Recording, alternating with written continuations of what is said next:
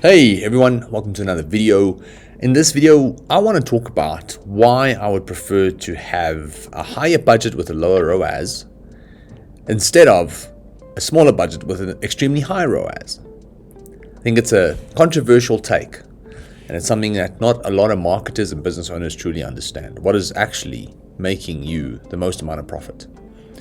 A small budget on a high ROAS or a high budget with a low ROAS? See, everybody sees ROAS as something that if it declines, the business is going backwards, or that you're getting less profit back on the money that you're spending. But that's not really the case, and that's what I'm going to unpack in today's video. So if you like marketing and business stuff, then I do think that this is the channel for you. So I want to encourage you to like and subscribe, and maybe even hit the notification bell for more content like this.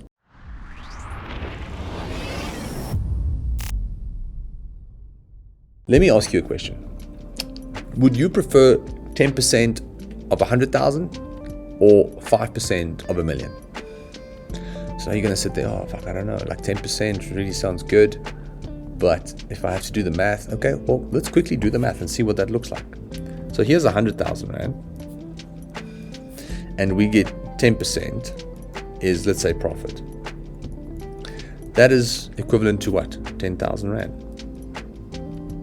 Okay, so the question is, do you want what, 10,000 Rand, or do you want 5% of a million?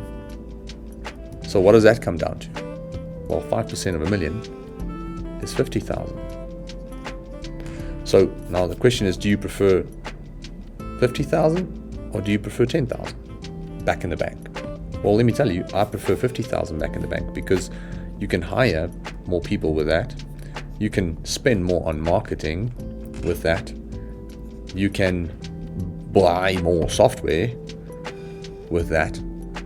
So do you want 10% or do you want 5%? Well, it's all relative to the amount of money that you are referring to. Now, it's exactly the same with your advertising budgets and ROAS, because ROAS is a percentage, right? So it says, hey, you're getting an X percentage back after your initial investment. So if we had to now take the ROAS example on the back of the example I explained earlier, let's say we invest 10,000 Rand into ads and we have a 5x ROAS. That equals 50,000 Rand return. Okay? So you're getting 50,000 Rand back in revenue, not profit. Now, in a previous video, I unpacked what a 30 million Rand a year business looks like under the hood in terms of cost of goods, marketing expenses, everything. So if you want to check that out, you're welcome to. And in that video, you'll see that net profit is roughly around 20% for the business that I unpacked, before tax, that is. So if we said, okay, 20% of that is actual profit, then what does that come down to? That comes down to 10,000 Rand. Okay, so you spent 10 and you got 10K back in profit that you can actually grow the business with further. And that is a 5x ROAS. Now, let's look at 100,000. On 100,000 Rand, you're most likely not going to get a 5x ROAS. Like, to get that is possible, but it's going to be hard. I prefer to have a 2x ROAS.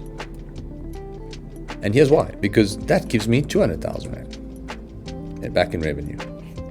Okay? But this is where most business owners freak out. I can't grow my business with a 2x ROAS. You can. You can, actually, if you spend enough. And what's going to happen is, the more you spend, if you're starting with a small budget, the more you spend, the lower the ROAS will get. But that's okay. Because what happens here, you got 200,000 Rand back. If 20% of that is profit, that is 40K back in profit. So now, that's what matters most, is the 40,000, because that 40,000 you can reinvest back into growth, into strategic hires, etc. You can't do much with 10 grand. You probably can't even cover your rent with 10 grand. With 40 grand, you can start to do something. So this is, in a nutshell, why I don't really fixate too much on ROAS.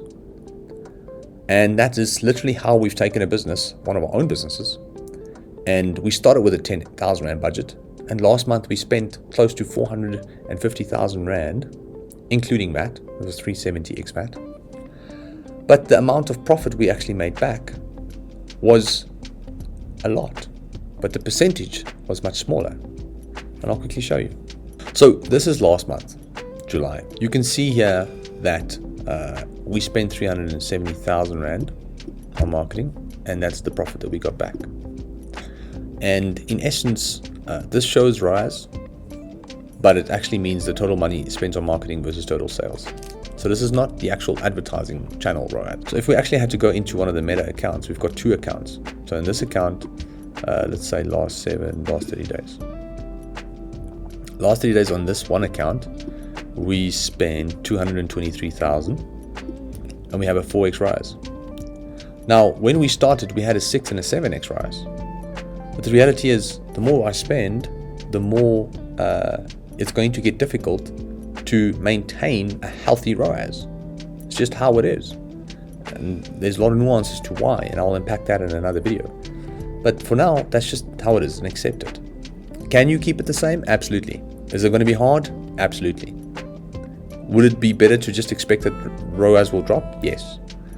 And this is where a lot of business owners get stuck. They go, I have a 2x ROAS, I can't build my business on that. Well, that's not you're looking at the percentage. What you should be looking at is how much profit you're actually getting back. The percentage is just an indicator. It is not the alpha and omega of the health of your business. Okay? So this is specifically applicable to ROAS.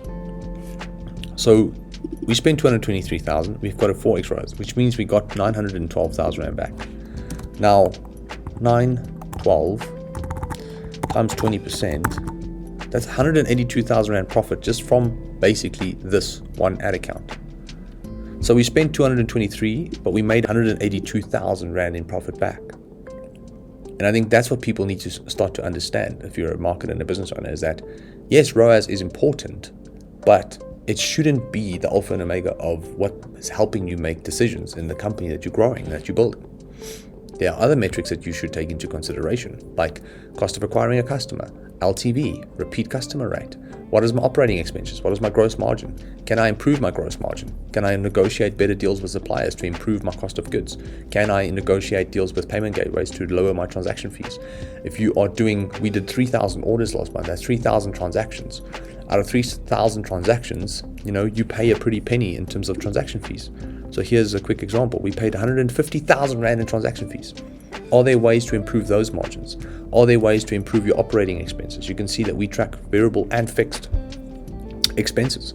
So what people need to understand is that if your business is not growing, then yes, marketing is super crucial. Don't get me wrong. But what's more important than marketing is actually you understanding the financial numbers of your business. If you don't understand your numbers, then you don't understand your business. Period. It's just how it is. So take it on the chin and start to learn your numbers. And that's the only way that you're going to become a true business owner that can actually build and scale and most likely eventually sell a business. Facts. Just how it is. So I hope this video put things in perspective. I hope it helped in some way. And please let me know in the comments if there was any value. Much love to you guys. I will see you guys next week. Cheers.